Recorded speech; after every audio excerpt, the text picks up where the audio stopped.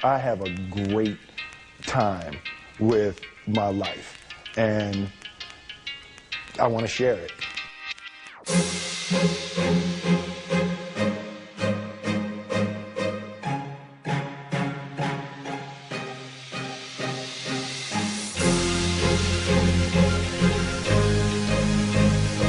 Work hard, so hard to get it right.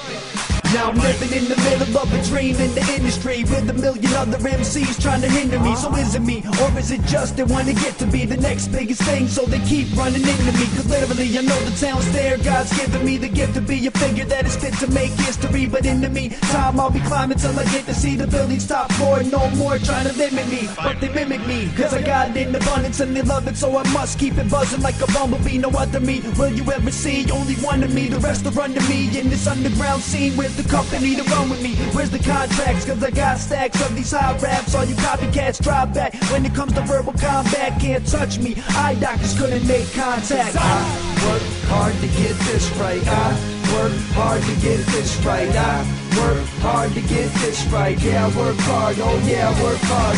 I work hard to get this right. I work hard to get this right. I work hard to get this right. Yeah, I work hard. Oh yeah, I work hard.